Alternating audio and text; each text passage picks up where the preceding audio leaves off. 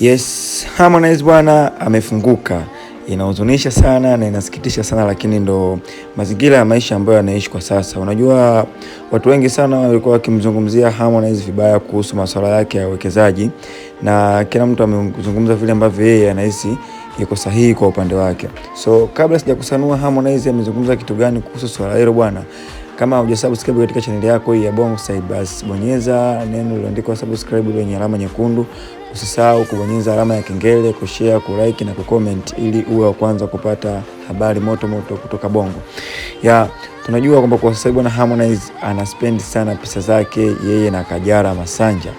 So Harmonize bwana alichokiongea yeye kwamba kwa mwacheni atumie pesa zake, kwa sababu hakuna mtu ambaye anampangia matumizi, kwa sababu kama pesa yeye anatafuta kivyake vyake, so hakuna haja ya mtu kumpangia kitu gani afanye na kitu gani asifanye.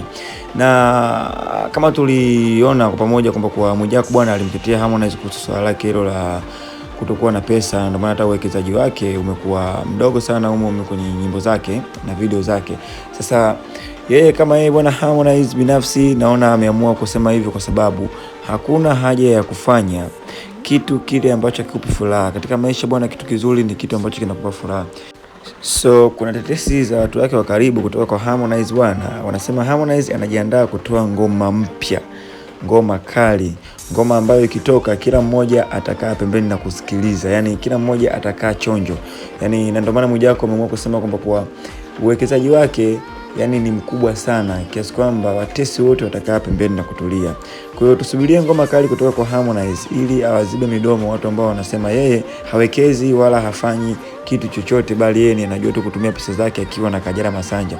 Na hilo swala bwana kiasi fulani lina uhakika, kwa sababu kama tunavyojua hapa kuna siku 2-3 hizi Harmonize amekuwa kimya sana, amekuwa tu mtu ambaye yuko busy na mambo yake mengine, lakini hatujaona reaction yoyote kwamba kwa yeye kama yeye bwana anahitaji kutoa ngoma, au yeye kama yeye yuko studio akiwa anafanya studio sessions zile. Ila kuna uwezekano 70 mpaka 80 Harmonize akatoa ngoma maybe mwezi huu wa 4 kabla haujaisha. So tutarajie makubwa na tutarajie yaliokuwa mema, kwa sababu ukisemwa sana basi ujue unahitaji kufanya jambo jema sana au jambo bora zaidi. So Harmonize bwana amejipanga na anaamini na anajua anaweza.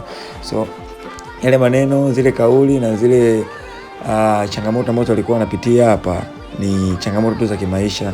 Yeye mwenyewe amejipanga na yeye mwenyewe anajua kitu gani anafanya. Kwa hiyo tusubiri, Harmonize anakuja kuachia ngoma mpya na ngoma kali hit Bongo. Nikukumbushe tu hii ni Bongo Side. Kama haujasubscribe bonyeza alama nyekundu, neno la subscribe, share, comment na kulike. Till the next time.